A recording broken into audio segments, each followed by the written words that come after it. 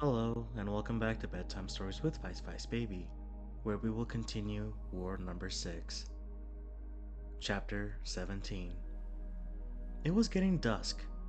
Ivan Dmitrich was lying on his bed with his face thrust into his pillow.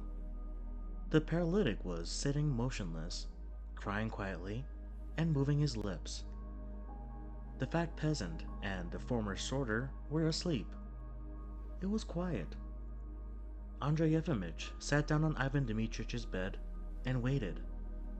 But half an hour passed, and instead of Hobotov, Nikita came into the ward with a dressing gown, some underlinen, and a pair of slippers in a heap on his arm. "Please, change your things, Your Honor," he said softly. "Here is your bed. Come this way," he added, pointing to an empty bedstead, which had obviously recently been brought into the ward. "It's all right. Please God, you will recover." Andrei Yefimych understood it all. Without a word, he crossed to the bed, to which Nikita pointed, and sat down. Seeing that Nikita was standing waiting, he undressed entirely, and he felt ashamed. Then, he put on the hospital clothes. The drawers were very short, the shirt was long, and the dressing gown smelt of smoked fish. "Please God, you will recover," repeated Nikita, and he gathered up Andrei Yefimich's clothes into his arms and went out, and shut the door after him.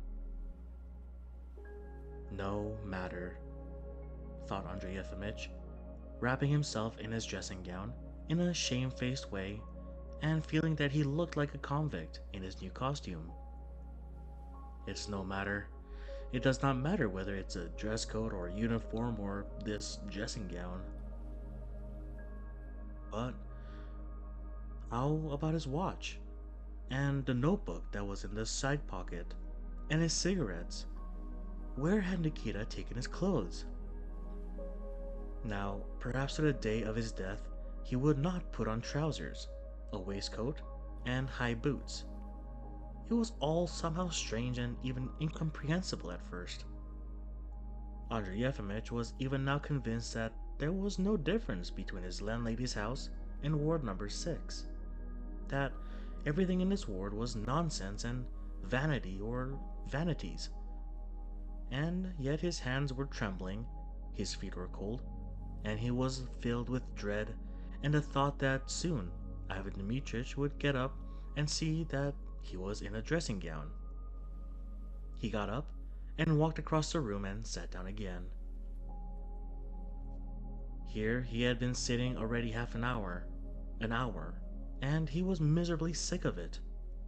Was it really possible to live here a day, a week, and even years like these people? Why, he had been sitting here and walked about and sat down again. He could get up and look out the window and walk from corner to corner again. And then what? Sit so all the time like a post and think?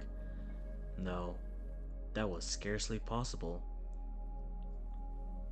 Andrei Yefimych lay down, but at once got up, wiped the cold sweat from his brow with his sleeve and felt that his whole face smelt of smoked fish.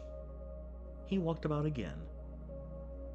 "It's a misunderstanding," he said, turning out the palms of his hands in perplexity. "It must be cleared up.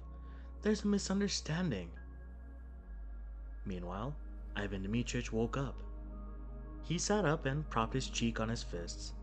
He spat. Then he glanced lazily at the doctor and apparently for the first minute did not understand. But soon his sleepy face grew malicious and mocking. "Aha! So, they have put you in here too, old fellow," he said, in a voice husky from sleepiness, screwing up one eye.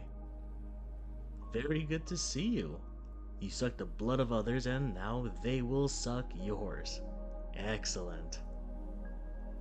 "It's a misunderstanding," Andrei Yefimych brought out, frightened by Ivan Dmitrich's word. He shrugged his shoulders and repeated, "It's some misunderstanding." Ivan Dmitrich spat again and lay down. Cursed life, he grumbled. And what's bitter and insulting, this life will not end in compensation for our sufferings. It will not end with apotheosis as it would in an opera, but with death. Peasants will come and drag one's dead body by the arms and the legs to the cellar. Ugh, well, it does not matter. We shall have our good time in the other world. I shall come here as a ghost from the other world and frighten these reptiles.